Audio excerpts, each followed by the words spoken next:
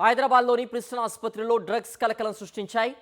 కాఫ్టేరియా manager దగ్గర MDMA drugs గుర్తించారు. Manager ఆఫీసును అదుపులోకి తీసుకొని పోలీసులు విచారిస్తున్నారు. హైదరాబాద్లోని ప్రిస్టన్ ఆసుపత్రిలో డ్రగ్స్ కలకలం సృష్టించాయి. కాఫ్టేరియా మేనేజర్ దగ్గర ఎండిఎంఏ డ్రగ్స్ గుర్తించారు. మేనేజర్ ఆఫీసును అదుపులోకి తీసుకొని పోలీసులు విచారిస్తున్నారు.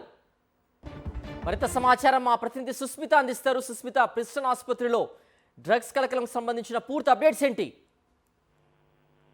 చుట్టూ ఎస్ఆర్ నగర్ పోలీసులు అలాగే ఈగల్ టీం ఇద్దరు కూడా సంయుక్తంగా ఆపరేషన్ చేసి 10 గ్రాముల ఎండిఎంఏ డ్రగ్స్ ను ఒక వ్యక్తి నుంచి స్వాధీనం చేసుకున్నారు. ఆ వ్యక్తి అమీర్పేట్ లో ఒక హాస్పిటల్లో పనిచేస్తున్నట్టు కూడా తెలుస్తుంది. ఒక స్పోర్ట్స్ కాంప్లెక్స్ వద్ద ఉన్న సమయంలో పోలీసులు వెళ్లి వేరే వాళ్ళకి అమ్ముతున్న సమయంలో పక్కా సమాచారంతో వెళ్లి పట్టుకున్నట్టు కూడా తెలుస్తుంది. అతనిపై ప్రీవియస్ గా కూడా కేసులు ఉన్నట్టు కూడా తెలుస్తుంది. 2021వ సంవత్సరం నుంచి కూడా అతను డ్రగ్స్ ని కన్స్యూమ్ చేయడం మొదలు పెట్టాడు. 2022-23లో కూడా కన్స్యూమ్ చేసినట్టు కూడా తెలుస్తుంది. అయితే గత సంవత్సరంలో కన్స్యూమ్ చేసిన సమయంలో పేట్ బషీరాబాద్ పోలీస్ స్టేషన్ లో కూడా కేసు నమోదైనట్టుగా కూడా తెలుస్తుంది. అయితే ఈ ఏడాది మే నెలలోనే బయటకు వచ్చారు. మళ్ళీ బయటకు వచ్చి సులభంగా మనీ ఏం చేసే భాగంగా ఈ ఎండిఎంఏ డ్రగ్స్ ని 10 గ్రాములు గుజరాత్ నుంచి తెప్పించుకున్నాడు. 5 గ్రాములు కన్స్యూమ్ చేసినట్టుగా కూడా తెలుస్తుంది.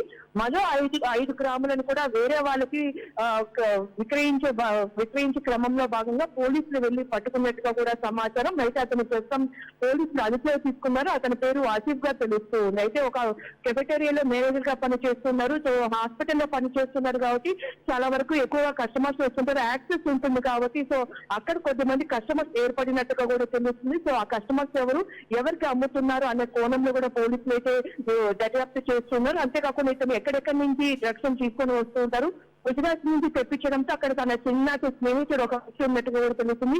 అతన్ని కూడా విచారించే అవకాశం అయితే కనిపిస్తుంది. ప్రస్తుతం అతను గుజరాత్ లో ఉన్నాడు కాబట్టి అక్కడ పోలీసులను కూడా కాంటాక్ట్ అయ్యే అవకాశం ఉన్నట్టుగా కూడా చెప్తున్నారు. సో హాస్పిటల్లో ఏమైనా లింకులు ఉన్నాయి అన్న కోణంలో కూడా దర్యాప్తు చేస్తున్నట్టుగా కూడా తెలుస్తుంది. ప్రస్తుతం లీగల్ టీం అతన్ని అదుపులో తీసుకొని అయితే విచారిస్తూ ఉన్నారు.